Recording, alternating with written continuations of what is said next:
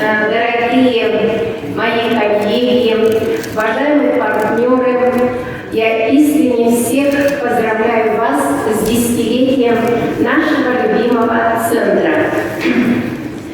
С высоты сегодняшнего дня мы понимаем, что создание в далеком 2012 году Соснового Бора как круглогодичного центра отдыха и оздоровления детей было стратегически правильным решением. Наш центр тогда был создан путем переименования и перепрофилирования государственного автономного учреждения санаторий профилакторий «Сосновый Бор». Я помню, 12 апреля, как сейчас, 2012 года, на экономическом совете под председательством тогда председателя правительства Галины Иннокентьевны Данчиковой впервые в республике была принята концепция отдыха и оздоровления детей на 12-16 годы и основные направления до 2020 года. Данная концепция, она была разработана именно во исполнение тогда поручения президента Российской Федерации о создании во всех субъектах Российской Федерации базовых круглогодичных центров отдыха и оздоровления детей. И дальнейшая, конечно, деятельность нашего центра была ориентирована на совершенствование системы отдыха и оздоровления, нацеленная на качественное укрепление здоровья детей, организацию досуга, занятости, на профилактику правонарушений, а также на содействие в организации отдыха детей и их оздоровления, находящихся в трудной жизненной ситуации.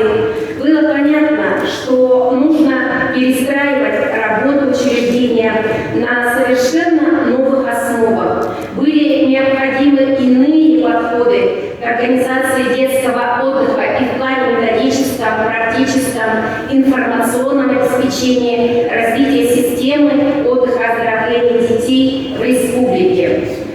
В это время были внесены изменения и дополнения в наш основной закон Республики об отдыхе и оздоровлении в части разделения полномочий исполнительной муниципальной власти и профсоюзных организаций. В то время, когда был введен перечень государственных программ, и в то же время была разработана подпрограмма отдыха и оздоровления детей, государственная программа развития образования. Нужно было создавать комплексное оздоровительно-образовательное учреждение, где наряду с учебно-воспитательной работой осуществлялась бы оздоровительная миссия с учетом состояния здоровья и возрастных особенностей детей и систематический мониторинг лечебно-оздоровительной работы среди детей в организациях отдыха и оздоровления, обязательно медицинское сопровождение организованных групп детей. Чтобы решить эту проблему не теоретически, а практически, нужно было вводить нововведения, разрабатывать концепции, формы и методы основной деятельности. Но в то время были приняты постановления правительства 477, оно стало нашей настольной книгой.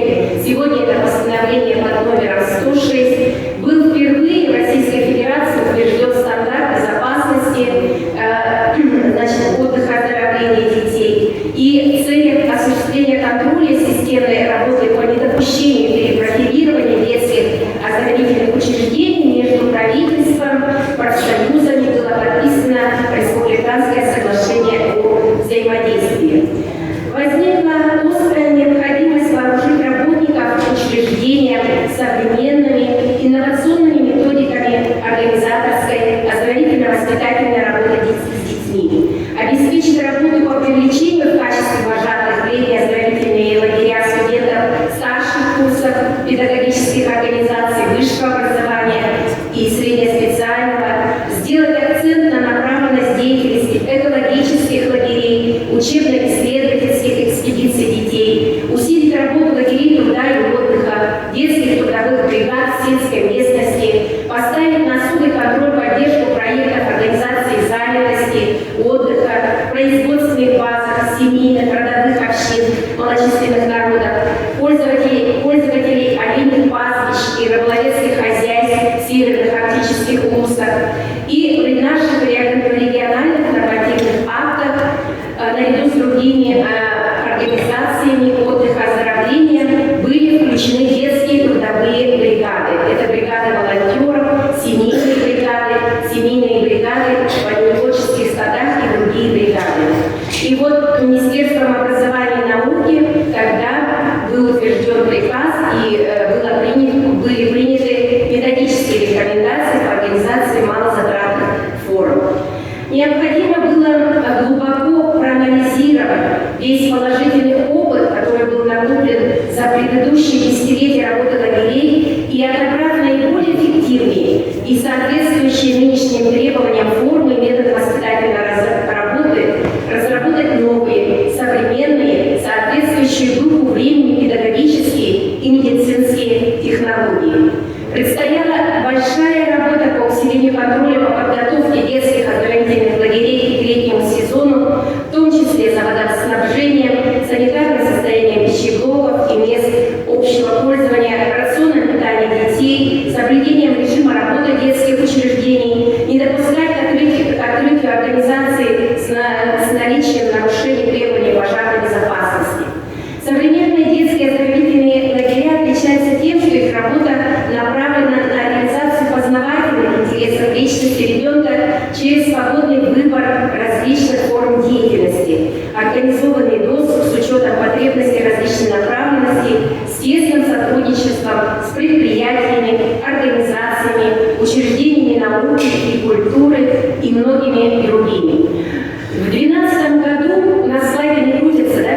В 2012 году функционировало до 9 санаторно-оздоровительных лагерей на базе профилакторий, федеральных и государственных учреждений. Так, ежегодно более 3000 детей в возрасте от 6 лет, 6 месяцев до 18 лет направлялись на отдых и оздоровление в санаторные учреждения республики всех форм собственности. Но сегодня, в 2022 году, Центр «Сосновый Бор» единственный в образовательном пространстве республики. Это площадка, где апробируется активно и внедряется в учебно-воспитательный процесс не только передовые отечественные и национальные, но и зарубежные технологии. Но так к ним относятся технологии международного бакалавриата, предметное обучение и организация внеучебной деятельности. Центр является базовой площадкой по реализации проекта ассоциированной школы ЮНЕСКО региона Саха-Восток. Центр в год реализует более 15 смен и имеет свой региональный и национальный колорит, в основу которого заложена главная миссия – воспитание будущего патриота Якутии и России. Концепцию развития детского отдыха Центр осуществляет по 3 направлениям. Мы это взяли из Артека по концепции 3 О – образование, оздоровление и отдых. И сегодня Центр координирует работу всех детских оздоровительных лагерей республики, всех форм отдыха, осуществляет взаимодействие со всеми заинтересованными министерствами и ведомствами, муниципалитетами, предприятиями и организациями, в управлении которых находятся оздоровительные организации. Первая смена ЮНЕСКО. Одним из приоритетных направлений деятельности Центра является реализация миссии ЮНЕСКО. Результатом сотрудничества ассоциированных школ ЮНЕСКО стало уже традиционное проведение международной смены «Я-гражданин мира», где принимают участие самые талантливые, творчески активные ребята из разных точек нашей необъятной Родины и дети наших соотечественников, проживающих за рубежом. В 2012 году Центру был присвоен статус ассоциированной школы ЮНЕСКО. Мы являемся базовой площадкой ЮНЕСКО. Основная цель деятельности педагогических работников Центра – это реализация целей, задач и миссии ЮНЕСКо. Проект ассоциированных школ ЮНЕСКо – это международная летняя творческая школа, с которой мы начали свою деятельность. Но они работали еще до нас. Просто в 2012 году, это уже был, по-моему, 9-й их международная летняя школа, она действительно за 10 лет стала самым успешным проектом. И в рамках смены проходили заседания Национального совета проекта ассоциированных школ ЮНЕСКО по обсуждению передовых практик. Мероприятия проводились под эгидой ЮНЕСКО при непосредственном участии Национальной комиссии. Но здесь у нас присутствует Елизавета Алексеевна Сидорова. Это ее проект. Давайте ей поаплодируем. Международная Горьковская школа «Я гражданин мира» объединила детей, прибывших из Москвы, Воронежа, Новороссийска, Нижегородской области, Братска, Иркутской области, Башкортостана, Республики Тыва, а также гостей из зарубежных стран, таких как Соединенные Штаты Америки, Франция, Финляндия, Латвия, и из 18 ассоциированных школ нашей республики, из 4 школ кандидатов. Первый семинар практикум ассоциированной школы как фактор содействия качественному образованию. Организаторами тогда выступили Комитет по делам ЮНЕСКО при президенте республики, Министерство образования республики, наш центр, Общественный совет ассоциированных школ. На базе центра прошел слет единого детского движения под эгидой президента республики. Программа была очень яркой и насыщенной. Занятия с педагогами, носителями языков проходили на 5 языках: английском, корейском, французском, китайском, японском, немецком и на 5 языках малочисленных народов Севера. Также проводились мастер-классы, фестивали, творчество, научные конференции, викторины, оздоровительные процедуры, развлекательные мероприятия, выезды, экскурсии. Целью международной смены являлось распространение информации о ЮНЕСКО, содействие повышению мотивации детей, изучать иностранные языки, культуру, быт, традиции народов, обмен опытом работы. Мероприятия этой смены открывали новый, интересный мир для детей, мир дружбы, духовных ценностей, многообразие культур и традиций. Так, в 2017 году наш центр, Национальный координационный центр проекта ЮНЕСКО в Российской Федерации и Университет управления ТИФКИ города Казань наградила программу «Я гражданин мира» дипломом первой степени в номинации «Программа дополнительного образования Всероссийского конкурса программ и метапредметных модулей, посвященных деятельности ЮНЕСКО». Далее, в 2018 году наши педагоги приняли участие в международной конференции национальных координаторов сети ассоциированных школ стран Европы и Северной Америки в Казани. И в 2019 году нас ждала большая победа. Мы выиграли национальный проект Министерства просвещения Российской Федерации из федерального бюджета грантов в программе в рамках реализации мероприятия, реализации пилотных проектов по обновлению содержания технологий дополнительного образования по приоритетным направлениям «Успех каждого ребенка». На данный конкурс был предоставлен проект летней международной творческой школы ассоциированных школ ЮНЕСКО «Я гражданин мира», и из Министерства просвещения мы получили более 4 миллионов рублей. 2013 год, этот год нам запомнился как встреча с Дмитрием Анатольевичем Медведевым. 2 апреля 2013 года Центр посетил премьер-министр Российской Федерации Дмитрий Медведев. Он долго общался со школьниками, которые отдыхали в центре. Он посмотрел наши медицинские процедуры, попробовал кислородный коктейль, пожелал ребятам успеха в дальнейшей учебе, а коллективу хорошей работы и развития. В 2013 году, в конце года, мы вступили в IB. Мы используем технологии международного бакалавриата, которые внедряются с 2013 года, и вошли путем большого конкурса в Ассоциацию школ международного бакалавриата. Это универсальная образовательная система, единая для всего мира и дающая качественное современное общее образование, воспитывающее лидеров будущего. Сегодня по программе IB работают около 3000 международных школ в 125 странах. По технологии IB мы данную технологию внедряем в учреждения доп. Образования именно в проектной деятельности. На профильных сменах педагогами активно ведется работа по формированию ключевых компетенций у детей. Педагоги вместе с детьми ведут проектную деятельность,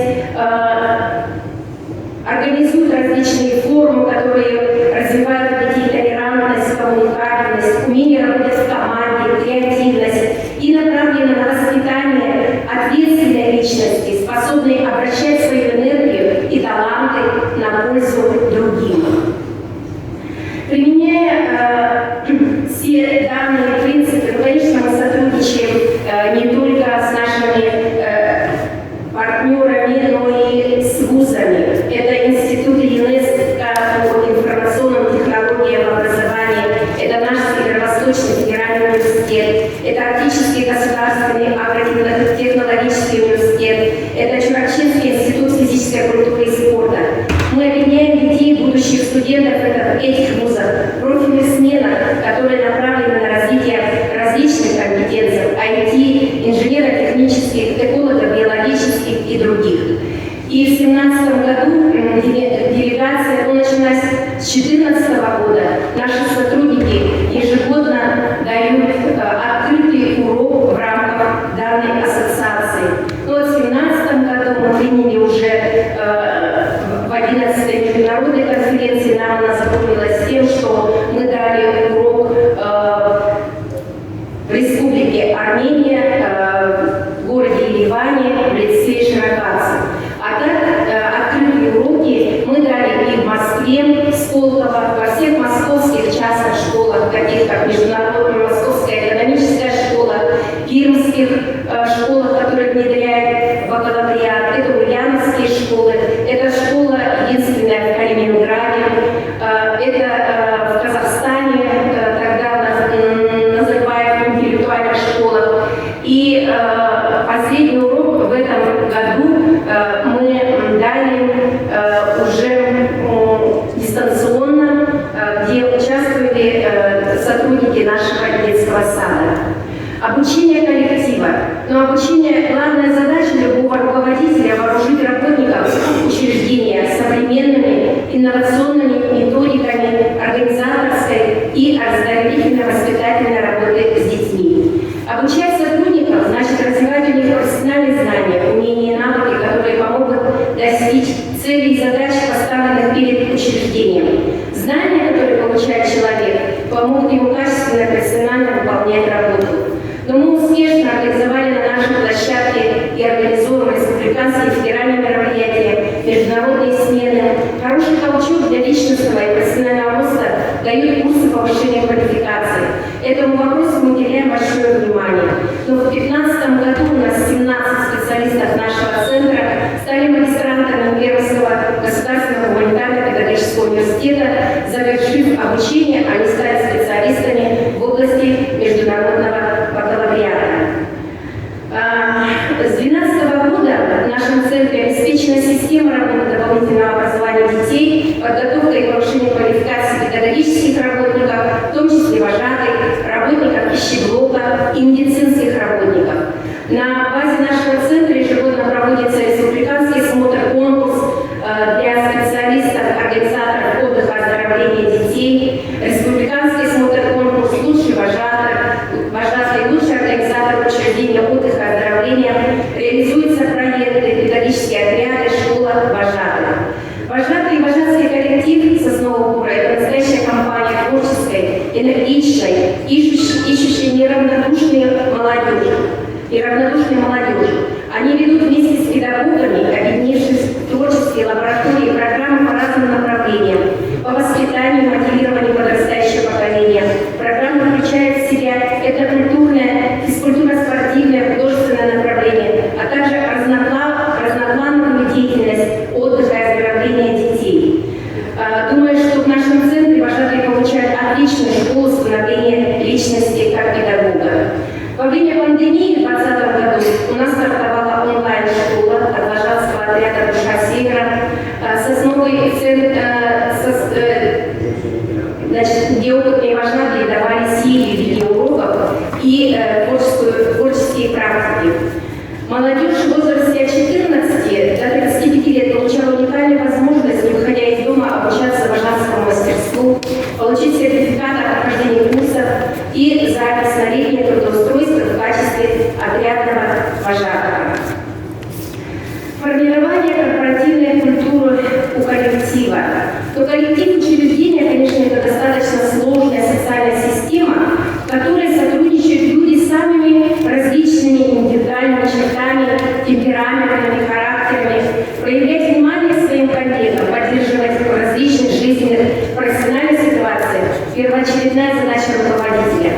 Особое внимание в коллективе уделяется вопросам корпоративной культуры, понимая, что грамотно сформированная культура внутри коллектива выстраивает успешный путь развития всего учреждения.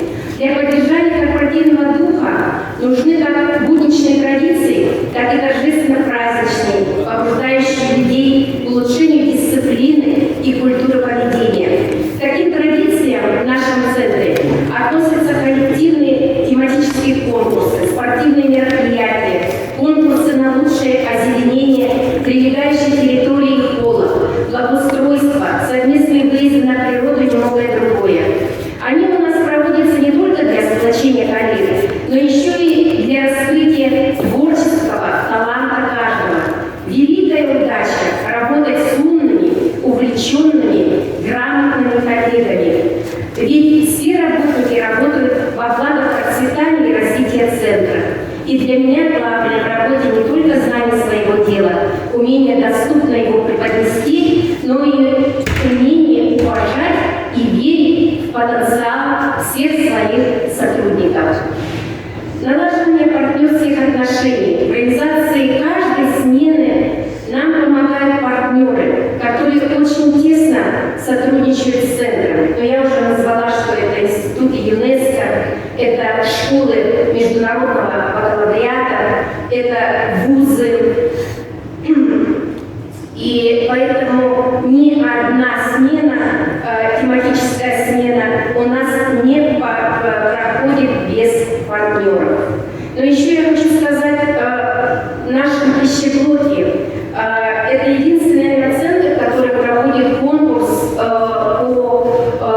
для работников пищеблока и для медицинских работников один раз в 2 года. Под руководством Центра лечебного и профилактического питания Севера, населения Севера при Северо-Восточном федеральном университете. У нас организуется целостная образовательно-оздоровительная среда на основе собственных оздоровительных разработок и технологий. С 2019 года наш центр по приказу нашего учредителя Минобразования стал координатором методического сопровождения и формирования культуры здорового питания у обучающихся в образовательных организациях.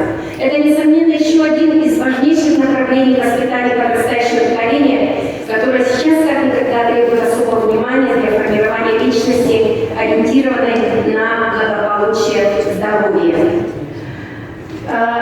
Центр был координатором проектов таких как многофункциональный социокультурный центр на основе кластерного подхода, сетевое взаимодействие образовательных организаций, дети Арктики, международная арктическая школа. Все проекты и программы, разработанные специалистами сети, направлены на организацию образования, воспитания, правильного здорового школьного питания, доступного отдыха и качественного оздоровления детей, на повышение духовно-нравственной культуры, патриотизма, экологического воспитания. Перспективные проекты «Международная арктическая школа» с внедрением международного бакалавриата и проект концепции государственной поддержки детей и молодежи, проживающих в арктических и северных районах Тихой Арктики, были представлены в саммите деловых кругов «Сильная Россия» в 2015 году. Центру был вручен диплом за активное участие в работе саммита деловых кругов «Сильная Россия». С 2019 года реализуется инвестиционный проект создания современного круглогодичного детского центра «Полярная звезда» на 350 мест.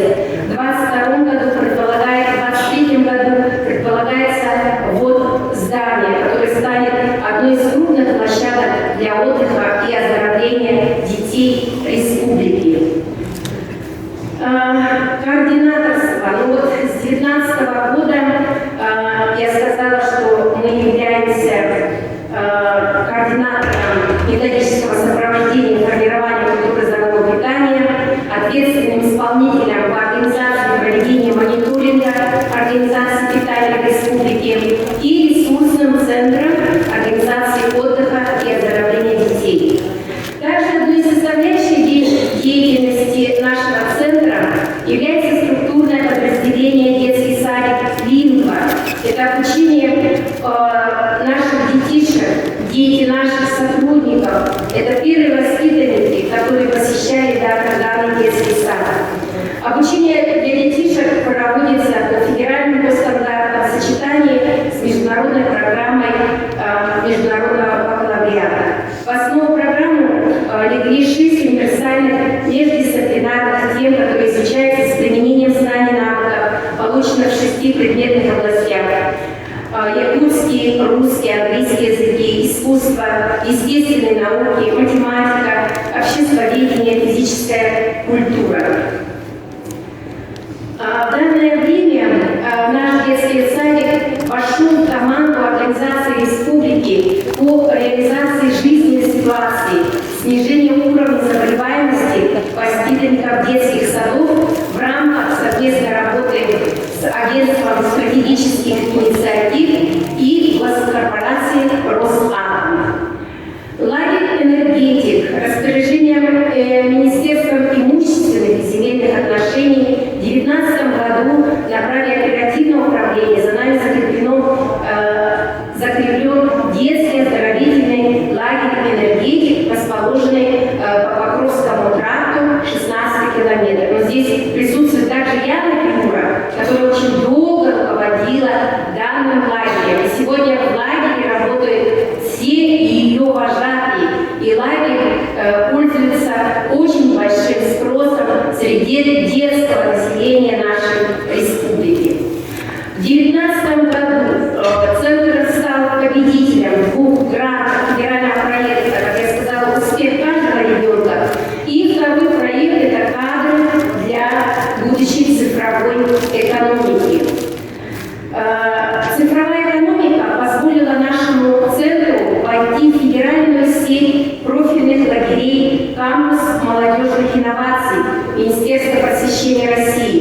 Под эгидой кампуса прошли 2 профильные смены. Это смена «Я гражданин мира» и тематическая смена «Цифровое поколение». По итогам смен наши лучшие воспитанники получили возможность участвовать в запланированных мероприятиях проекта и получили возможность обучиться в Центре в Китайском педагогическом университете города Шанхай. И также был организован семинар обучения цифровым технологиям в школах, в внешкольных учреждениях Японии, в городе Токио, Япония. Здесь присутствует Николай Андреевич Барабулин, наш председатель наблюдательного совета. Без него бы данная стажировка в Японии у нас не состоялась. Российское детское движение школьников. Наш центр является ресурсной площадкой поддержки и развития данного движения. Учреждение проводит мероприятия по различным направлениям. Но здесь вот Миргуяна Владимировна, самый главный координатор Макарова всех наших начинаний под эгидой российского движения школьников. И мы благодарим судьбу, что где-то мы с ней встретились. Бережливые технологии. Я сказала, что мы сегодня являемся координатором формирования культуры здорового питания и особое внимание уделяем проблеме формирования, сохранения и улучшения состояния здоровья детей. И сегодня Центр пошел в проектную команду по разработке и запуске проекта «Кейс здоровья» в дошкольных образовательных организациях и в пилотный проект по созданию здоровья сберегающей среды в общеобразовательных организациях с учетом региональных и климатогеографических условий, которые вошли в перечень проектов года здоровья в республике. Центр опережающей профессиональной подготовки – это также новый наш партнер и федеральный проект «Лет будущее», с которым мы сотрудничаем.